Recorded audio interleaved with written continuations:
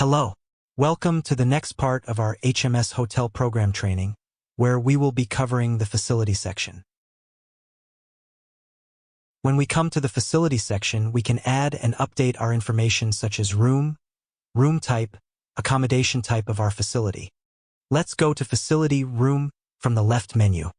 Here we can view, edit, or print the housekeeping report for housekeepers. When we get to the rooms, we can set our rooms as we want. When we click on a room, it shows its information and we can make adjustments when we say Edit from the top right. In this section, we can update our room number or our room name if we are using a name instead of a number.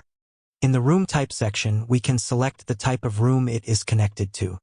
The area at the bottom is where we can determine its position on the homepage, that is, which row and which column it will be in. In the Details section, we can add any description. For example, the rooms in the room type, it is normally located in our French beds, but this room is a twin bed.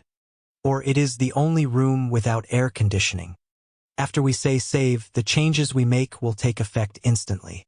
So if you change the room type, it will change instantly and the reservations in it will be moved with the room.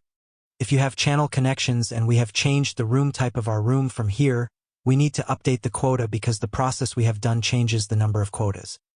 We can see the detail we added to our room when we hover over our room on the main page. In the same way, when we come to the monthly view, we can see this detail we added when we come to the information icon next to the room we added detail. When we come to the room type section, we can update the capacity, refund and child policy and pricing type of the room type. If you are using per person pricing as the pricing type, we can set a person-based rate. If we want to add a child policy, we can click on the child policy here and add the age range we want to choose how many age ranges we want to add. After saying save, we can make our adjustment from room types. When we come to the room type, we can change the name of our room type in the special title section. Room type, pricing type, refund policy, capacity and the currency we want to see in the monthly room section.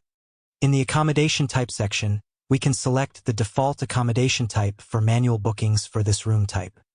When we come to the bottom area, this is where we can add our room types that will appear in the online booking module, photos under 5 MB if we want, and a description we want to add if we have one.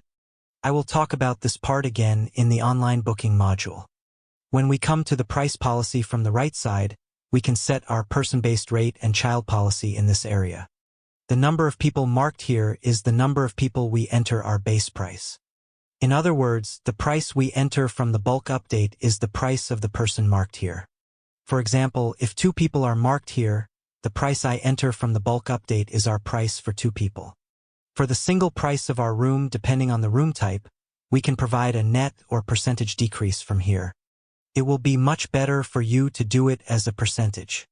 When I select minus and percentage from here and write 10, the price of our room for 1 person will be 10% more affordable than the price for 2 people. We can adjust this differently for different accommodation types. When we come to the child policy, we can choose free of charge or we can make the ratio.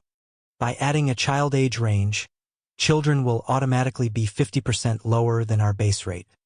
If we want an additional discount or price increase on top of this, we can set it here again as a net or as a percentage.